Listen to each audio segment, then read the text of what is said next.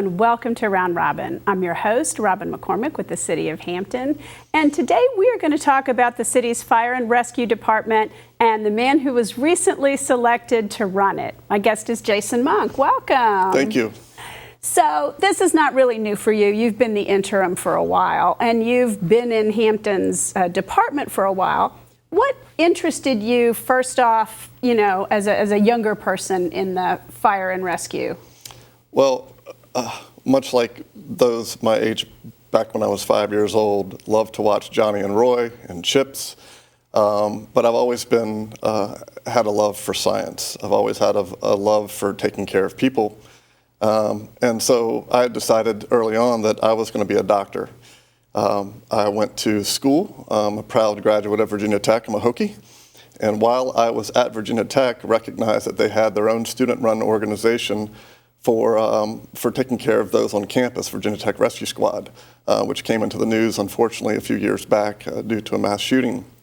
But I got involved with Virginia Tech Rescue Squad, and from that point in time, the excitement, the adrenaline rush, the gratification of being able to fix people really set in with me. And so during my summers, I found time back here in Hampton to work at Centera Hampton General Hospital at the time, now Centera Careplex, and spend time in the emergency department. And as I was working in the emergency department, I would see these medics come in from Hampton, wearing their turnout gear, taking care of patients, cardiac patients, traumatic patients, and it was just an exciting time. So my senior year, when I came back, graduated from Virginia Tech, came back, started working in the hospital again, I said, I'm going to apply.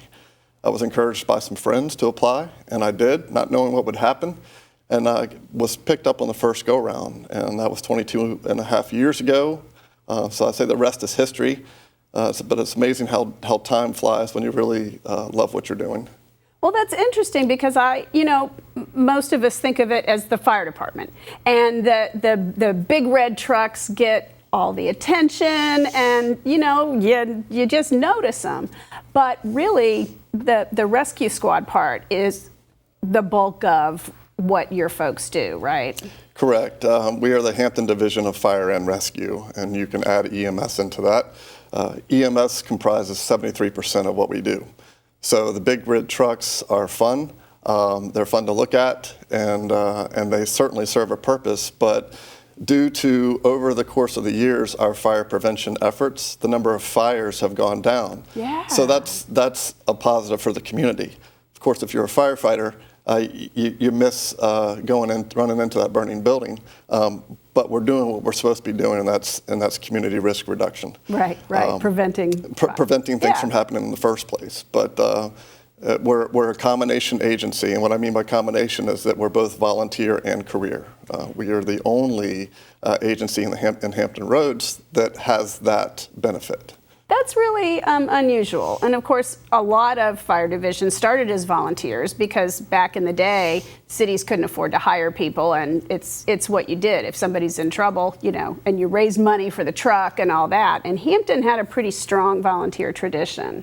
We did, and all agencies across the nation, that's how they started out, of course. Mm-hmm. With the city having its trials and tribulations with being burned down a couple of times, it was that last time that caused a group of young men to come together and form the first volunteer fire department in downtown Hampton. So that grew into all volunteer, large complement, but as things changed with the economy, people going back to work, the numbers kind of transitioned and changed to more career, and then we reached a point where we had to start hiring career folks to make sure we had the 24/7 coverage. So now we've come full circle and flipped that, where we are mostly career. We're staffed 24/7 by career, and we're complemented by volunteers. But we're very lucky to have that, and the fact that should we get a structure fire call here in the city of Hampton and we have to dump several stations to take care of that, we have some dedicated volunteers that will come back to their stations and man extra equipment to be ready for that next call. So that's a fantastic benefit that the city of Hampton has. It is, and we've had, multiple occasions that needed that multiple truck kind of incidents. Yes, certainly. I remember a Rupert Sargent one that, when you're in a tall building like that and you're not sure what's going on, you send out a lot of folks. Right. We always send more than we think we're going to need, and then that way we can turn it away. You don't want to be caught not having enough resources. So yeah, we're very fortunate with that. So, but you're also combined in that you are fire and EMS, and some localities still have that separate, right? Correct, they do. It's more common around here. There's only a couple agencies that still have it separated, but a majority of the Hampton Roads agencies are combined. So when you come work for the city of Hampton, you agree that not only will you become a firefighter, but you will also become an EMS provider. That affords several benefits. The fact that one day you could be on the fire engine performing those duties, and the next day you could be on the ambulance. But regardless of what piece of equipment you may be on, we know that we're covered with the ability to provide emergency medical services regardless of what truck happens to show up. Now, I can understand how that's better for the taxpayer because we're getting a good deal. We're sort of getting two for the price of one. You don't have to have double staffing at each fire station, one for fire and one for rescue. But is it hard for the staff to be able to cover both, to meet those rigorous physical demands of, firefighter and all the gear you have to carry? I don't think so, only because I was in that position for so many years.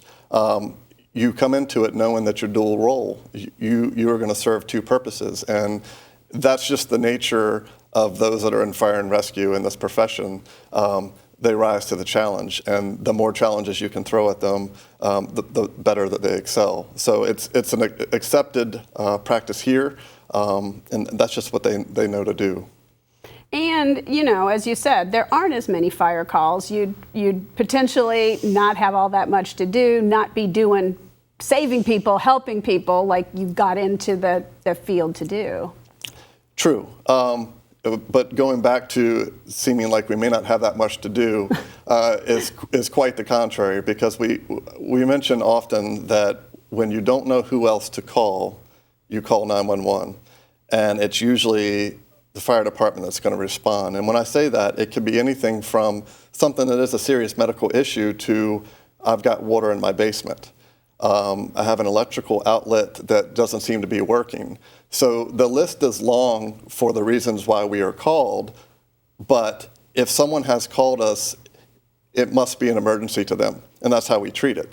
So we have seen many different things that may not rise to the standards of what the typical person would consider to be an emergency, but that's who they call, and we come. And so if we can't fix the problem, we have ways of finding those who can. That's really interesting. And I think, there's a difference in fire and police in that you guys are stationed in 11 neighborhoods in the city, and you have that physical presence, and people get to know you, get to count on you, know kind of who's going to come when they call. There's more community there, whereas the police have a couple of stations, but they're not always as visible as you guys are. True. I think obviously you notice the big red trucks and ambulances pretty easily, but I think people also recognize the police cars just as much. And I know with us and our partners in the police division, we try to spend a lot of time out in the community. FaceTime, I have learned, is more important than anything, recognizing those that are in your community. And you made a good point that we have 11 stations in 11 neighborhoods. So it's important for the community to learn who are those people that are protecting their area. So we welcome people at the fire station. We go out into the communities. We speak with them. We take any chance we can at Peninsula Town Center. When a little girl wants to see the red fire truck, you stop what you're doing, as long as it's not an emergency, and you put her up in the seat and let her see it. So we try to capitalize on those opportunities to provide a good image of the fire division at all times. And, the other thing that's a little bit unusual, at least I think it is, because I saw it begin to happen, is how closely you do work with the police division. You're not separate islands. You guys do a lot of combined work, after a hurricane, after anything, and also in investigations sometimes. Right, and that's not always been the case. Police departments typically stick to themselves for various important reasons of the nature of their job. But over the course, I'd say, of the last 10 or so years, I've really seen a large improvement of how well we work with the police division. And I have to, give hats off to chiefs prior to me for helping forge that relationship. And now with Chief Salt, he and his team, we do a lot of training together. It's important to know that with all the active shooter incidents happening, it's not just a police matter. Right. It's also a fire matter. And it doesn't make sense to train separately when you're going to be working together on the scene. So in those instances, we work on policies together, we train together. Any type of investigations, current missing child search, we work closely and tightly together in providing whatever support each other may need.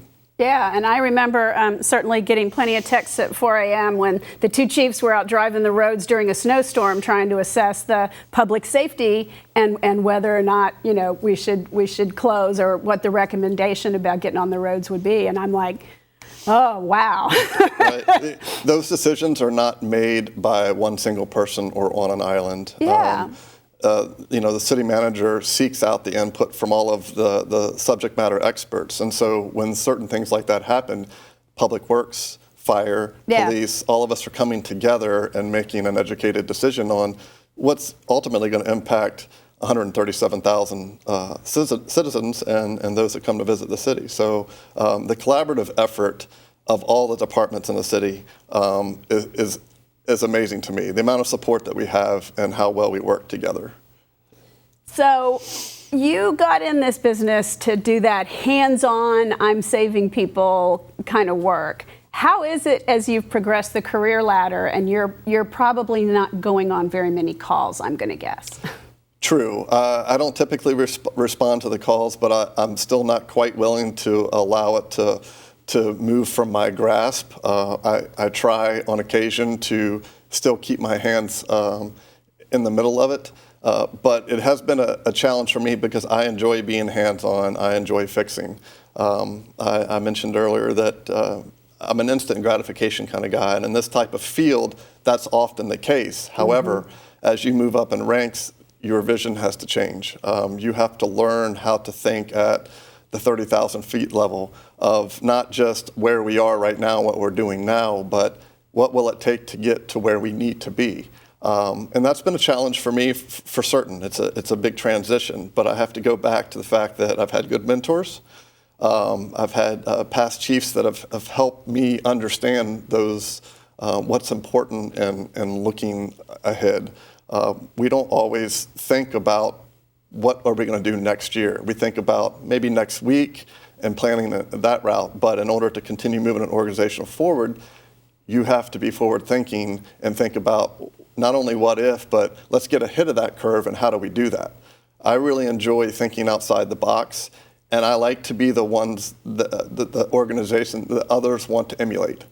Let's be the first to do something that's good. So why would you tell someone that a career in fire and rescue is a good option? What makes this so compelling?